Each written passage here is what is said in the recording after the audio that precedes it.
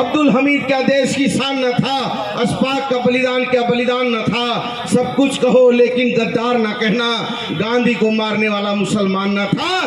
जी, आप अपना परिचय दीजिए। जी, मेरा नाम वैभव सिन्हा है, मैं प्रदेश प्रतिनिधि हूँ भारतीय।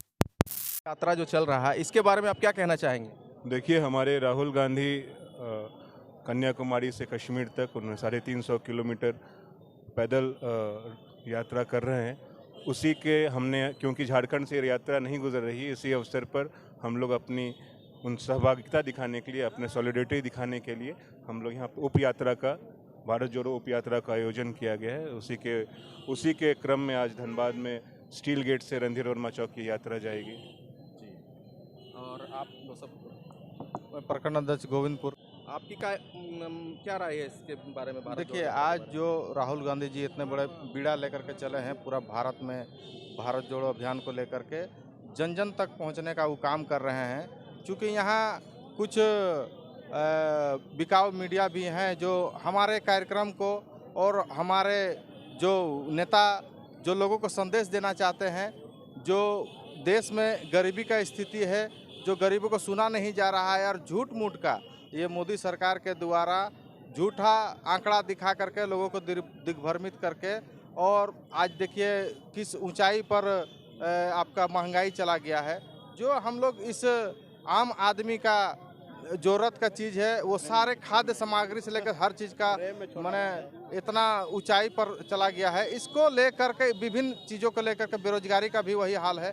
इन सब विभिन्न मुद्दों को लेकर के राहुल गांधी जी खुद एकदम जन जन तक पहुंच रहे हैं। इसीलिए पूरा भारतवर्ष में उन्होंने ये बीड़ा उठाया है। कश्मीर से लेकर के कन्याकुमारी तक उन्होंने जो ये पदयात्रा शुरू किया है, और उसी कड़ी में आज हम लोग यहाँ ये दूसरा चरण है। क्योंकि हम लोग धनबाद में विभिन्न हर एक 10 प्रखंड में हम लोग अलग अलग तरीके से हम लोग पदयात्रा किए हैं, सभी गाँवों में कस्बों में गए हैं, और धनबाद जिला के तत्वाधान में आज ये हुजूम आप देख रहे हैं भारत जोड़ो यात्रा। और ये हम लोग का दिल से समर्थन है कि राहुल गांधी जी आगे बढ़ें, उनको ये हिम्मत दे रहे हैं। पूरा भारतवर्ष आपके साथ है, आप जिस राज्य में नहीं चल रहे हैं वहाँ और ज़्यादा हम लोग बढ़ चढ़ करके आपको सपोर्ट कर रहे हैं। और इस बार आप जिस तरह से देखें, हिमाचल में आया है और जगह पर उपचुनाव में भी हमारे पार्टी उभर कर आई है। निश्चित तौर पर 2024 में हम लोग लोकसभा में काबिज होंगे, हमारे प्रधानमंत्री राहुल गांधी जी होंगे। आपके कांग्रेस पार्टी की तरफ से कौन कौन से पदाधिकारी इसमें यात्रा में शामिल हो रहे हैं? अभी तो हमारे प्रदेश के अध्यक्ष महोदय आने ही वाले हैं। आपका सुबोध कांत सहाय जी जो हमारे झारखंड के प्रभारी हैं यात्रा का, और हमारे जिलाध्यक्ष जी हैं संतोष सिंह जी, और 2 मंत्री बन्ना गुप्ता जी और बादल पत्रलेख जी का भी यहाँ पर अभी आगमन होना है। उसके बाद ही हम लोग यहाँ से आगे की ओर बढ़ेंगे। धन्यवाद। हमारे अध्यक्ष, जिला के अध्यक्ष संतोष जी, कार्यकारी अध्यक्ष जी, हमारे प्रदेश अध्यक्ष आदरणीय राजेश ठाकुर जी, हमारे अभिभावक स्वरूप भारत जोड़ो यात्रा के संयोजक सुबोध कांत साहे साहब, मलिक साहब, हमारे पूर्व अध्यक्ष जी, मंच पे बैठे सभी का नाम ले सकता हूँ लेकिन समय का अभाव है। सभी हमारे साथी, युवा के अध्यक्ष, NSUI के हमारे प्रांतीय अध्यक्ष, और यहाँ बैठे अमन आइन अखलाक मोहब्बत पसंद बुजुर्गों, हम आप सभी लोगों को बहुत बहुत जोहार करने आए हैं, प्रणाम करने आए हैं। और हम ये कहने आए हैं कि यह देश राष्ट्रपिता महात्मा गांधी का देश है। यह देश हमारे वीर जवानों का देश है। यह देश सूफी संत महात्माओं का देश है। और इस देश में हमारे वीरों ने, सूफियों ने, संतों ने, महात्माओं ने अपने रक्त की बूंदों से इस देश का इतिहास, इस देश का मुस्तकबिल लिखा है। और आज वर्तमान में हमारे प्रधानमंत्री आदरणीय नरेंद्र मोदी जी के नेतृत्व की सरकार, जिनके कंधों में इस देश की मुस्तकबिल है, इस देश की शांति, सद्भाव, प्रेम, विश्वास, विकास की बागडोर है, जो पूरी दुनिया को हिंदुस्तान गुटनिरपेक्षता के सिद्धांत पर चलना सिखाता हो, सत्य और अहिंसा के मार्ग को प्रशस्त करना सिखाता हो, पूरी दुनिया राष्ट्रपिता महात्मा गांधी के के प्रधानमंत्री के द्वारा यदि हिंदू और मुसलमान किया जाएगा, शमशान और कब्रिस्तान किया जाएगा, दिवाली और ईद में नफरत पैदा करने का काम किया जाएगा और महापुरुषों की मूर्ति छोटी बड़ी करके इस देश के सियासत में अपने मुफाद के लिए, अपने स्वार्थ के लिए इस मां भारती को, मादरे वतन को कमजोर करने का काम किया जाएगा, तो निश्चित तौर पर कांग्रेस पार्टी का एक एक कार्यकर्ता, चूंकि हमारा इतिहास है बलिदान का, हमारा इतिहास है कुर्बानी का, हमारी इतिहास जो है हमारे महात्मा गांधी के त्याग, तपस्या, बलिदान, अशफाकुल्लाह, भगत सिंह, सुभाष चंद्र बोस, ना जाने कितने लाखों वीर सेनानियों ने इस देश की आजादी का इतिहास रचा और गढ़ा है।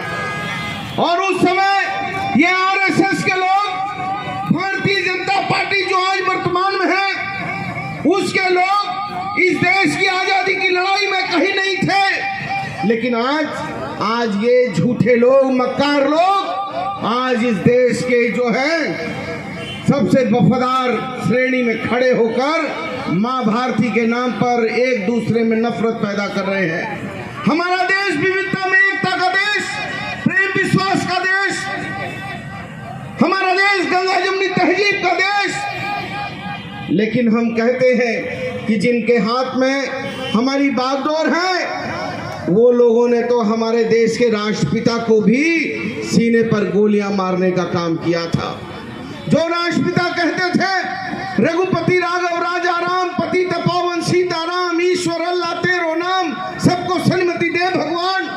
और वो वृद्ध महात्मा जब प्रार्थना सभा को जा रहे थे तो ये आरएसएस के लोगों ने उनके सीने पर भी गोलियां दागने का काम किया और उनकी भी हत्या करने का काम किया। ये वो लोग हैं जिनके आज भी दामन में जो है, आज भी उनके दामन में राष्ट्रपिता महात्मा गांधी के खून के छींटे हैं। और वो क्या कहेंगे? हम तो ये कहते हैं कि बापू हम शर्मिंदा हैं, तेरे कातिल जिंदा है। और आज उनके एक कातिल नहीं बल्कि आज कातिलों की बड़ी फौज लेकर आरएसएस और बीजेपी चल रहा है। हम ये कहना चाहते हैं साथियों, दोस्तों, जो राम राज्य लाना चाहते थे, जो हिंदू में मुसलमान, सिख, ईसाई, जैनी, बौद्धिस्ट, बनिया, अगड़ा, पिछड़ा सबको साथ लेकर चलना चाहते थे, आपने उनके सीने पर भी गोलियां दागने का काम किया।